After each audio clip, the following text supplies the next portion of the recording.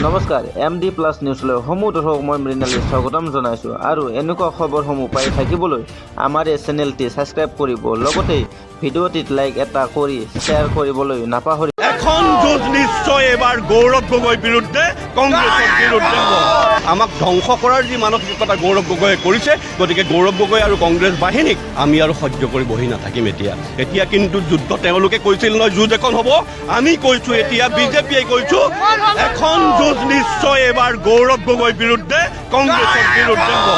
আচলতে আমি দেখিলোঁ যে যোৰহাটৰ মাজমজিয়াত যিটো আমি জেবি ৰোড বুলি কওঁ, দেওবাৰে ইয়াত এখন বজাৰ বহে, দেওবৰীয়া হাট। এই বজাৰখনত অসমৰ ভূমিপুত্ৰ খিলঞ্জীয়া এজন মিচিং যুৱকে নাৰিকল কেইটামান লৈ সপ্তাহটো চলাৰ জোখাৰে তেওঁ নাৰিকল কেইটামান গোটাই পিটাই আনি বিকিবলৈ আহিছিল। তেনেস্থলতে কোনোবা এজন বুবু আহমেদ নে কিবা নামটো,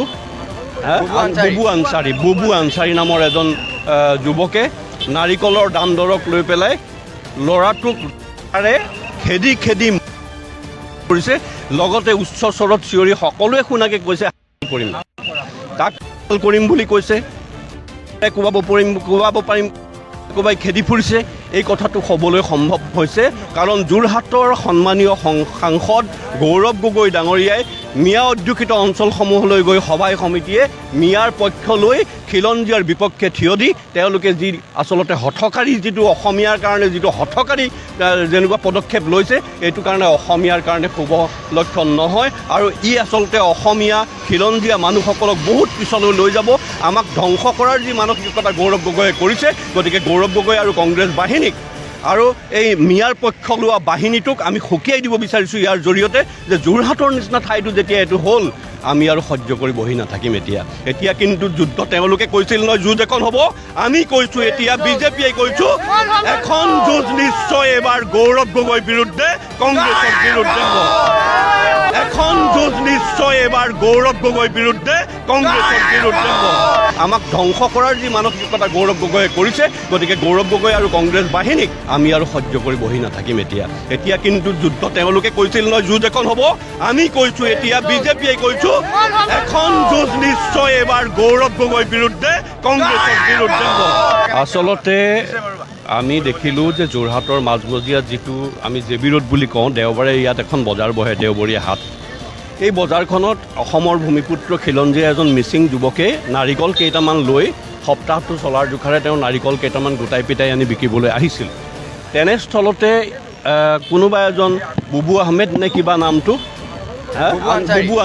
বুবু আনচাৰী নামৰ এজন যুৱকে নাৰিকলৰ দাম দৰক লৈ পেলাই ল'ৰাটোক খেদি কৰিছে, লগতে উচ্চ স্বৰত চিঞৰি সকলোৱে শুনাকে কৈছে কৰিম, তাক কৰিম বুলি কৈছে, কোবাব পাৰিম কোবাই খেদি ফুৰিছে। এই কথাটো হ'বলৈ সম্ভৱ হৈছে কাৰণ যোৰহাটৰ সন্মানীয় সাংসদ গৌৰৱ গগৈ ডাঙৰীয়াই মিয়া অধ্যুষিত অঞ্চলসমূহলৈ গৈ সভাই সমিতিয়ে মিয়াৰ পক্ষ লৈ খিলঞ্জীয়াৰ বিপক্ষে থিয় দি তেওঁলোকে যি আচলতে হঠকাৰী, যিটো অসমীয়াৰ কাৰণে যিটো হঠকাৰী যেনেকুৱা পদক্ষেপ লৈছে, এইটো কাৰণে অসমীয়াৰ কাৰণে শুভ লক্ষণ নহয় আৰু ই আচলতে অসমীয়া খিলঞ্জীয়া মানুহসকলক বহুত পিছলৈ লৈ যাব। আমাক ধ্বংস কৰাৰ যি মানসিকতা গৌৰৱ গগৈয়ে কৰিছে, গতিকে গৌৰৱ গগৈ আৰু কংগ্ৰেছ বাহিনীক আৰু এই মিয়াৰ পক্ষ লোৱা বাহিনীটোক আমি সকীয়াই দিব বিচাৰিছোঁ ইয়াৰ জৰিয়তে যে যোৰহাটৰ নিচিনা ঠাইটো যেতিয়া এইটো হ'ল, আমি আৰু সহ্য কৰি বহি নাথাকিম। এতিয়া কিন্তু যুদ্ধ তেওঁলোকে কৈছিল নহয়, যুঁজ এখন হ'ব। আমি কৈছোঁ এতিয়া বিজেপিয়ে কৈছোঁ এখন যুঁজ নিশ্চয় এবাৰ গৌৰৱ গগৈৰ বিৰুদ্ধে